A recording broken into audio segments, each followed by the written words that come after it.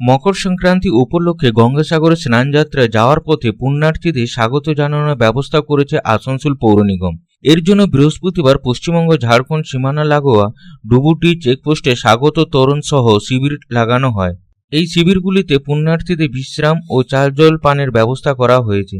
ভিন রাজ্য থেকে আগত পুণ্যার্থীদের সাহায্যার্থে বিশেষ এই শিবির।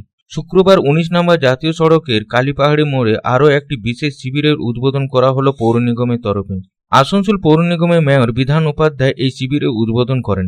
এছাড়াও ডেপুটি মেয়র অসীমুল হক, মেয়র পরিষদ সদস্য গুরুদাস চ্যাটার্জি, মানস রায়, বড় চেয়ারম্যান দেবাশিস সরকার সহ পৌর নিগমের অন্যান্য কাউন্সিলর এবং আধিকারিকেরা উপস্থিত ছিলেন। মেয়র বিধান উপাধ্যায় জানান, মুখ্যমন্ত্রী মমতা ব্যানার্জির নির্দেশে ভিন রাজ্যে পুণ্যার্থীদের জন্য এই ব্যবস্থা করা হয়েছে। পুরো রাজ্যে গঙ্গাসাগরে যাওয়ার রাস্তায় এই ধরনের ক্যাম্প খোলা হয়েছে। আরও একটি ক্যাম্প নিঘামুড়ের কাছে খোলার পরিকল্পনা নেওয়া হয়েছে। এই ক্যাম্পে গঙ্গাসাগরে যাওয়া পুণ্যার্থীদের আরাম করবার চা জলপান ও শৌচালয়ের ব্যবস্থা করা হয়েছে।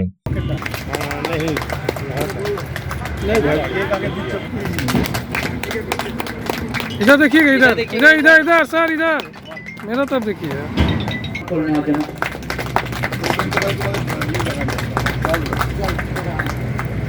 इधर देखिएगा। আমাদের মুকুলদিকে সামনে আসার জন্য অনুরোধ করব। মুকুলদি বরণ করে একসাথে নয়। তরুণ এইদিকে দেখাও। আজকে গঙ্গাসাগর মেলা যেটা হচ্ছে 9 থেকে 14 15 তারিখ পর্যন্ত আমাদের গঙ্গাসাগরে যারা যাবেন বিভিন্ন রাজ্য থেকে আসবেন, আমাদের আসানসোল উপর দিয়ে বেরোবেন। আমাদের মুখ্যমন্ত্রী মমতা বন্দ্যোপাধ্যায়ের নির্দেশে এবং তার উদ্যোগে সারা পশ্চিমবঙ্গে যেদিক দিয়ে যাবে সেখানে সব জায়গাতে সেই সমস্ত পুণ্যার্থীদের জন্য একটা থাকার জলের অ্যারেঞ্জমেন্ট, টয়লেটের অ্যারেঞ্জমেন্ট এইসব করার জন্য সবাইকে বলেছিলেন। এবং সে কারণে আসানসোল কর্পোরেশন এটা ডুবুটি চেকপোস্টে যেটা করা হয়েছে, ওখানে ঝাড়খণ্ড প্রতিটি মানে ঝাড়খণ্ডের বর্ডার এবং প্রতিটা স্টেট ওখান থেকে ঢুকবে। তো ওখানে বড় করে করা হয়েছে, সেখানে থাকার অ্যারেঞ্জমেন্ট করা হয়েছে। আমাদের মেডিকেল টিম রয়েছে 24 ঘন্টা, জলের অ্যারেঞ্জমেন্ট আছে, টয়লেট অ্যারেঞ্জমেন্ট আছে, পুরুষদের আলাদা আছে, মহিলাদের আলাদা আছে। ঠিক সেভাবে কালীপাহাড়িতে কর্পোরেশনের পক্ষ থেকে আরেকটা করা হলো এবং আরেকটা করা হবে নিয়ামোড়ে, যাতে মানুষ যারা যাবে পেরিয়ে যাবে তারা যেন বসতে পারেন, একটু বিশ্রাম করেন, স্নান করলে স্নান করতে পারেন, খাওয়া দাওয়ার অ্যারেঞ্জমেন্ট খাবার টাবার খেতে পারেন, মানে একটু রেস্টের জন্য এই অ্যারেঞ্জমেন্টটা করা হয়েছে। অন্যদিকে দীর্ঘদিন ধরে অচল অবস্থায় পড়ে থাকা কালীপাহাড়ির কাছে এসবিএসটিসি বাস স্ট্যান্ড পুনরায় চালু করার জন্য পরিকল্পনা নেওয়া হয়েছে। দক্ষিণবঙ্গ পরিবহন সংস্থা, জেলা প্রশাসন এবং পৌর নিগম প্রশাসন স্ট্যান্ড থেকে বাস পরিষেবা চালুর ব্যাপারে পুরোপুরি তৎপর। সেন্ট্রালের কাছে অপর যে একটি বাস স্ট্যান্ড তৈরি করা হয়েছে, এটা চালু হলে শহরের ভিতরে বাস প্রবেশ না করলে জাম থেকে নিজাত পাওয়া যাবে। এসবিএসটিসি সংস্থাকে তাড়াতাড়ি এই স্ট্যান্ড থেকে বাস চালুর ব্যাপারে প্রস্তাব রাখা হয়েছে। এটা যেহেতু আমাদের এসবিএসটিসির বাস স্ট্যান্ড, তো এই বাস স্ট্যান্ডটা আমাদের এখন চালু হয়নি।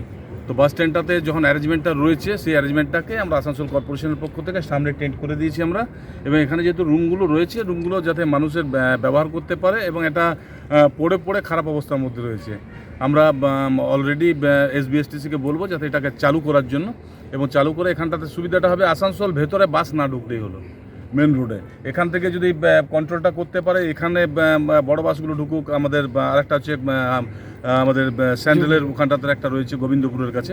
এই দুটো চালু হয়ে গেলে আসানসোলে জ্যাম জট যেটা হচ্ছে বড় বড় গাড়ির জন্য, সেগুলো কিন্তু হবে না। আসানসোল থেকে সন্তোষ মণ্ডলের রিপোর্ট, পাবলিক টাইমস।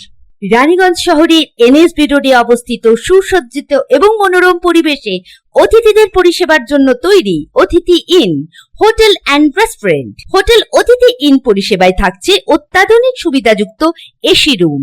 অতিথি ইনে পকেট ফ্রেন্ডলিতে আপনি পাবেন single and double bedroom. Festival সিজনে থাকছে স্পেশাল ডিসকাউন্ট। তাই উৎসবে অনুষ্ঠানের যে কোনো দিন পাশেই পাবেন হোটেল অতিথি in, metro plaza, NSB road, Raniganj, Muthoot finance building.